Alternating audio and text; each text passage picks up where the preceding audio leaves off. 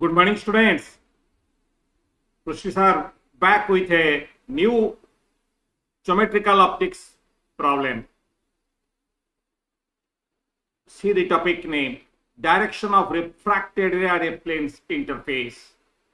Actually, this is a question why I am saying is extremely important because it has been asked in JEE Mains as well as JEE Advanced examinations.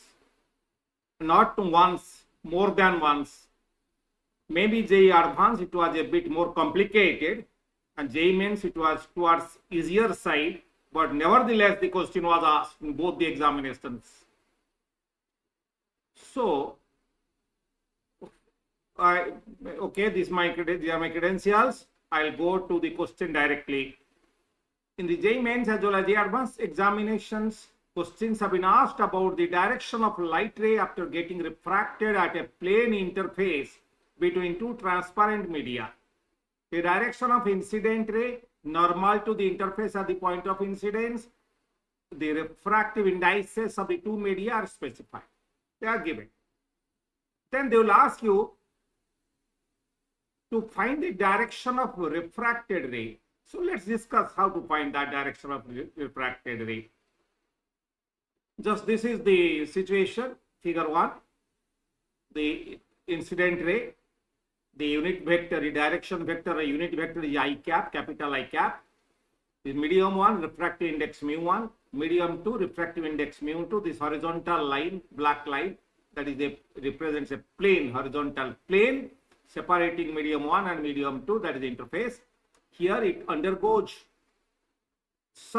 definitely some depending on the angle of incidence, theta 1, this is normal, red line is normal to the interface at the point of incidence. The angle of incidence is theta 1. Based on theta 1, some part of light will reflect and some part of light will refract. I'm talking about that part of light which is getting refracted into this. This doesn't mean that there is 100% refraction taking place. No, it does not take place. There is a fraction of depending on the angle of angle theta 1, a fraction of light also will get reflected. But then let's not talk about reflection right now. Let's talk about the light which is getting refracted, and the direction is r cap, small r cap, and the angle of refraction is theta 2. R cap makes it normal. And if I extend this incident ray into the second medium by a dotted line, the theta 1 and opposite this angle is also theta 1. This simple geometry. This question is more with geometry than the physics. I've written all that. I cap, R cap, dotted line, red dotted line is normal. N cap is the direction of the normal. The direction of normal means either upward normal or downward normal. That means normal into the medium 1 or medium 2. I have taken the normal into the medium 2. It can be easily normal into the medium 1. Finally, in my discussion, this will not matter. Let's see what I'll do, that doesn't matter. So, theta 1 is angle of incidence, theta 2 angle of refraction, and cap is direction of normal is into the second medium. So, what is sin theta 1? Sin theta 1 will be n cap cross I cap magnitude. I cap and n cap, their magnitudes are 1. So, their cross product will give you sin theta 1. This magnitude will give you sin theta 1. N cap cross I cap. P cap. What is P cap? Just see this. P cap is the vector along the interface passing through the point of incidence tangential to the interface. Are you understanding this? This P cap and N cap are mutually perpendicular. If this is Y, this is X. I'm not writing any XY here. So this is P cap. What is the P cap? Can anybody tell how to find the P cap? And I'm telling you this question has everything to the vector, because what I'm discussing now is the most general way of handling this question.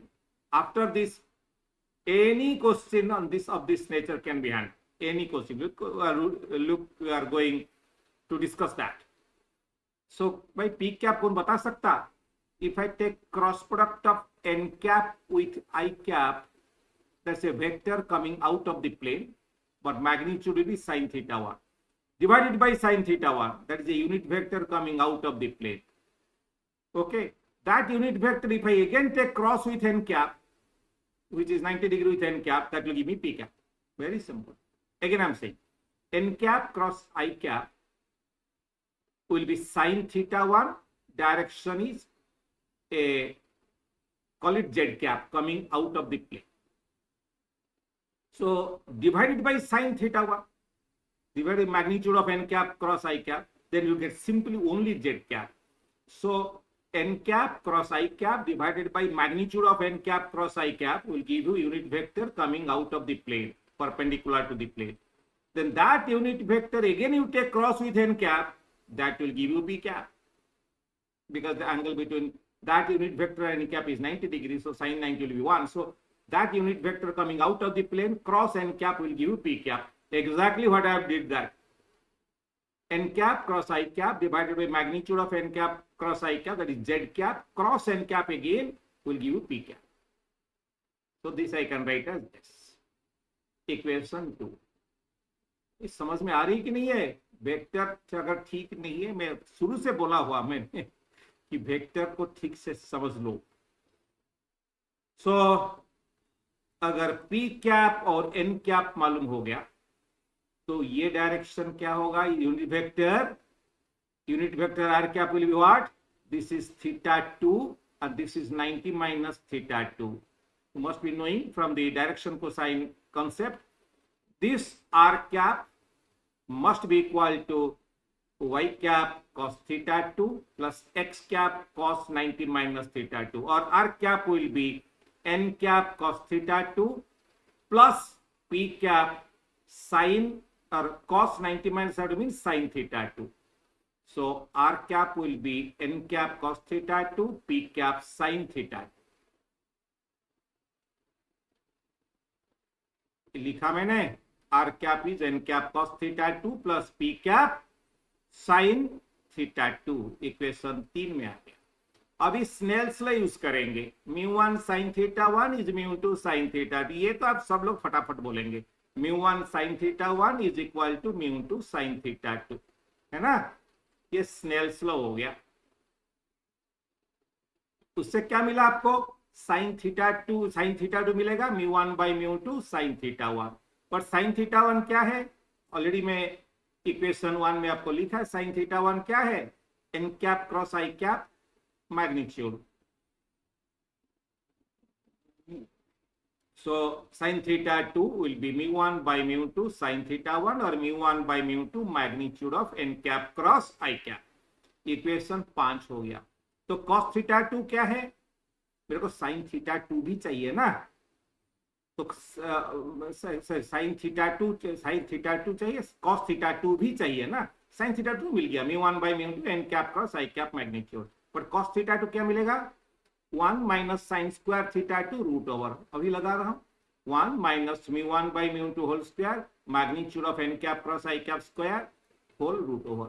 That is μ2 in the denominator. Numerator में क्या है? root over of μ2 square minus μ1 square magnitude of I cap cross n cap square. ठीक है, ये equation 6 आ गया. तो आपको cos theta 2 मिला, sin theta 2 मिला. जोड़ लगा देंगे इसमें p cap, तो आपने पहले आप डिराइव करके रखे हैं. तो p cap cos theta sin थीटा 2 cos थीटा 2 इधर से लगा देने से अब r कैप मिल जाएगा. बस खत्म होगी बात, खत्म हो गई. तो r कैप क्या होगा? n कैप cos थीटा 2 n कैप इंटू ये वाला फर्स्ट लिखा मैं, ठीक. देन p कैप sin थीटा 2, p कैप ये है, उसके साथ मैं sin थीटा 2 मल्टीप्लाई करूंगा, sin थीटा 2 ये. तो क्या लगा? सो ये p कैप, ये sin थीटा 2, ये वाला जो n magnitude of n cap cross I cap here numerator and denominator में कैंसिल हो जाएगा. तो r कैप क्या होगा? ये तो ऐसे ही रहेगा, प्लस ये वाला जो कैंसिल करके मैं लिखा μ1 by μ2 into n cap cross I cap cross n cap. पर ये वेक्टर ट्रिपल प्रोडक्ट है ना, आप चूचू करेंगे अभी, क्योंकि A cross B cross C को हम लोग we can expand it in this form, that will be B A dot C minus C A dot B, है ना। बस that's what you must be knowing. So again ये तो ऐसे ही रखा, mu root over of mu square minus mu one square N cap cross I cap square divided by mu two N cap. ये क्या करेंगे, उसको एक्सपांड कर दिया, mu one by mu two, इसको एक्सपांड करने से पहले I cap into N cap dot N cap will be 1 minus N cap into I cap dot N cap, that's it. ये इक्वेशन 8 हो गया। आर कैप ही खत्म हो गई बात यहीं पर। ये कैसे मिला, इधर से इधर by expanding A cross B cross C, है ना। But the normal to the surface can be either towards medium 2, which I have taken in this case, or medium 1 also.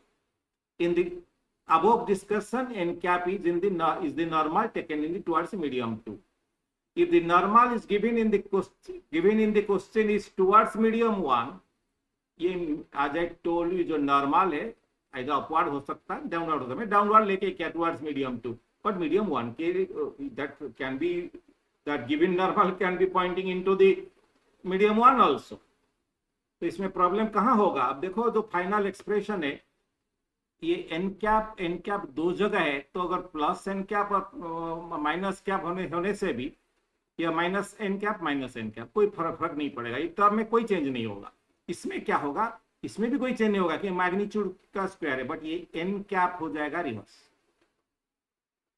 ये सर नो, अगर ये दिया हुआ अपवर्ड में into ये I have taken by taking n cap into the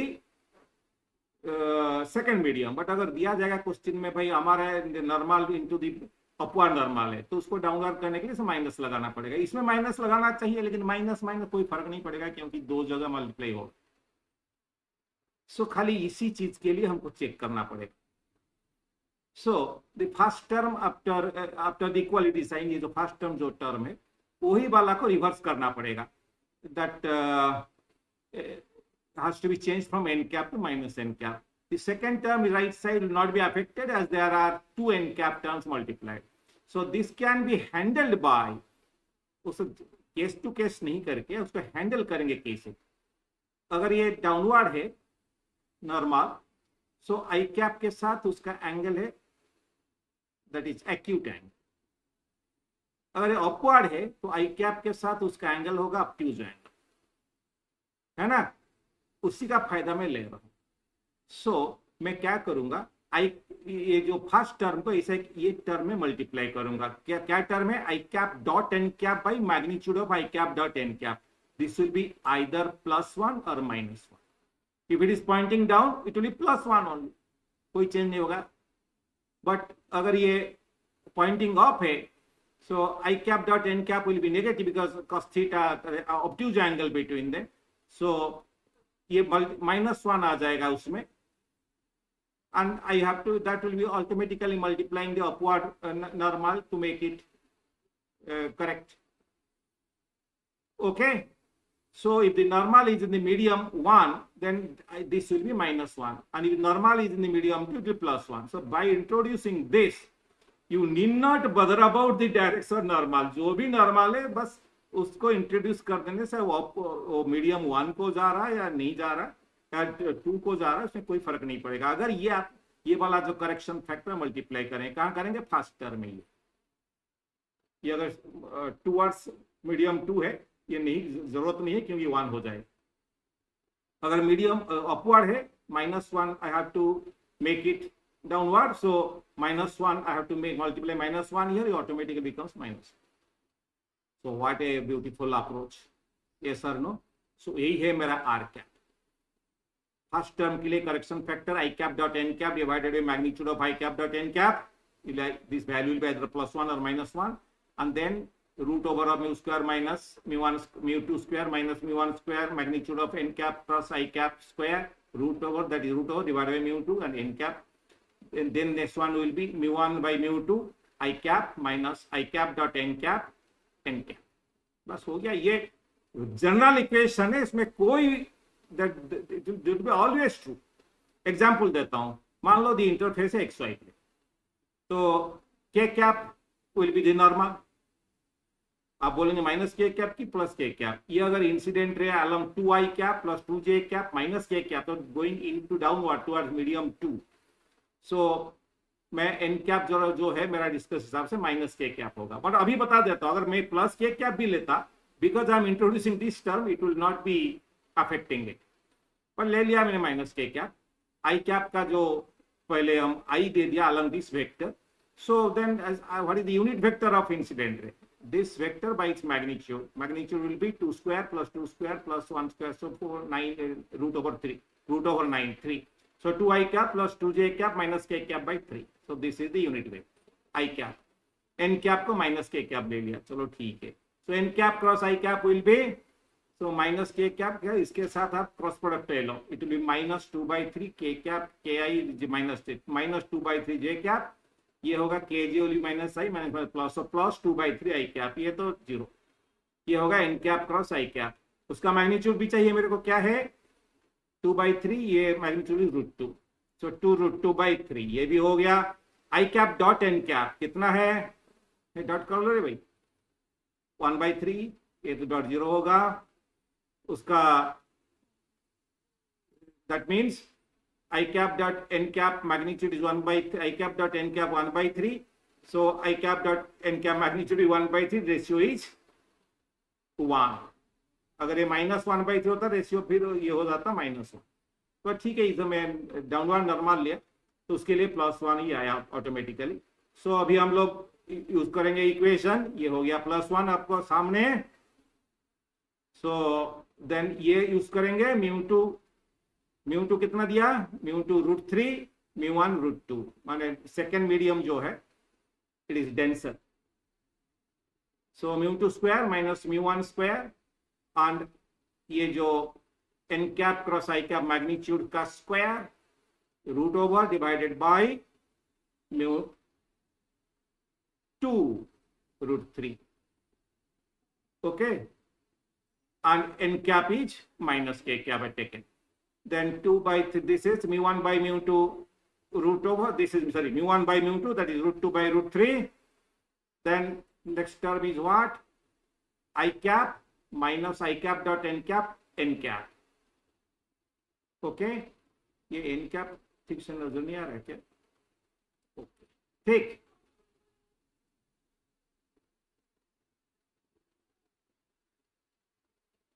n cap dot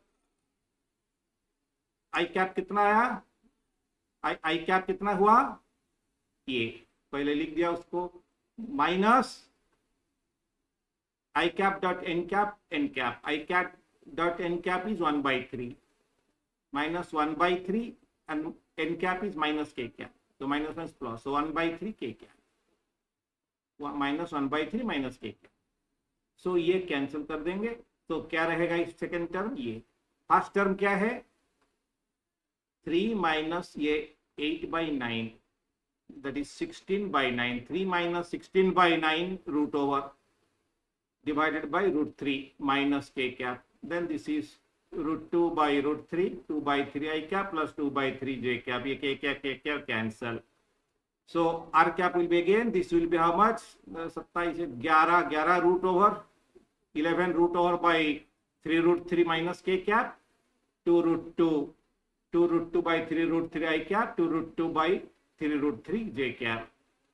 बस ये हो गया आपका r cap. Direction of refracted रे. You can cross check that. This is a unit vector. 8 16 plus 27 root over is 3 √3 cancel. Okay. So if you take n cap is equal to k cap instead of minus k cap, then also you get the same result as expected because you have introduced this term. This will become -1. So -1 हो के ये -1 ये minus K cap. So again के cap हो जाएगा. ठीक है ना? कोई फर्क नहीं पड़ता. ये आपको के कैप, आपने के कैप दे दिया. के कैप दे दिया तो टुवर्ड्स मीडियम 1. ये हो जाएगा -1. सो ऑटोमेटिकली बिकम माइनस के. Which I am getting here directly. Yes or no? So that's what I told. This same result is expected because you have introduced this term in the first, this one in the first term after the equality sign. और example 2 में देखो कि example में कुछ भी नहीं किया, मैं खाली सब सेम रखा, खाली μ1 को √3 कर दिया, μ2 को √2 कर दिया। मैंने second medium is rarer medium. इसमें क्या होगा, अगर मैं वही डाल दूंगा, खाली μ1 μ2 को चेंज कर दूंगा, ये instead of 2/3 root over this will become 3/2 root over. That's what. इसमें और कोई म्यू तो टर्म नहीं आ रहा, ये सेम रहेगा।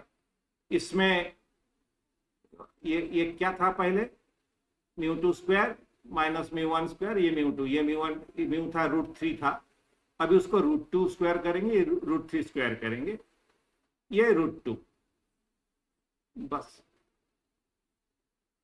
हो गया।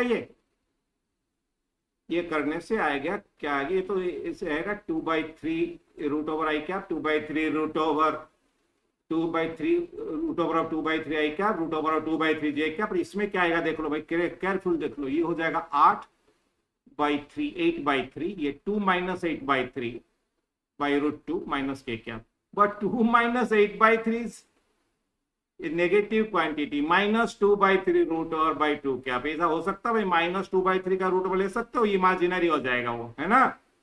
मतलब इसका मतलब क्या है, जो इमेजिनरी आ रहा है, इसलिए ये रिफ्रैक्शन नहीं हो रहा, refraction medium 2 is not taking place, is not possible. What is possible then? What is happening in this case? Total internal reflection is taking place at the interface. No light is coming into this second medium.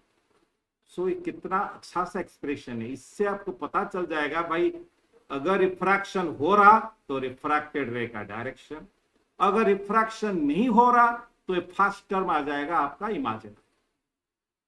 ठीक है, am I clear? मतलब आपका μ2 square, आप ये check कर लो, अगर μ2 square is less than μ1 square, ये sin थीटा 1, अगर μ2 is less than μ1 sin theta 1 incident angle, तब तो आपका वो रिफ्रैक्ट नहीं होगा, ठीक है ना। पर ये साइन थीटा आप कैसे निकाले, बोले साइन थीटा कैसे निकालेंगे, साइन थीटा अगर नहीं दिया तो, इसलिए जेई एडवांस क्या करते हो, वेक्टर फॉर्म में देते थे, कैसे आप साइन थीटा निकालेंगे, तो ये इसे ही करना पड़ता, यही है। अगर मेंस में अगर डायरेक्टली साइन थीटा आ जा रहा तो आप चेक कर लेंगे, μ2 अगर greater than mu sine theta है, μ1 साइन थीटा है, चलो ठीक है, it will B refracting into the second medium. If μ2 is less than μ1 sin theta, it will not refract, it will undergo total internal reflection। समझ में आ गई। लेकिन ये जो चीज है, ये पूरा फिर फुल प्रूफ आपका एक्सप्रेशन है to find the direction of refracted ray at the plane surface. तो दो एग्जांपल से हमने आपको समझा दिया। तो कोई डाउट है अभी? नहीं है ना? But it's a very important question from the JEE point of view and sometimes NEET point of view also. But this JEE point of view काफी इंपॉर्टेंस रहता है इसका, जे एडवांस में भी काफी आ चुका है, तो आप केयरफुल रहो, आप बहुत केयरफुल रहो उसके ऊपर, हो सकता है आपको कुछ मदद मिल जाए आराम से करने के लिए। ठीक है, so all the best, go through my lectures regularly. Conceptual questions I'll be solving every lecture, and subscribe if you are not yet, so that you'll get you get notification the moment I upload a new conceptual video. Okay, all the best. This much for this is for this lecture. Very soon I'll come with the next lecture. Okay, don't worry, have faith in yourself, you'll win.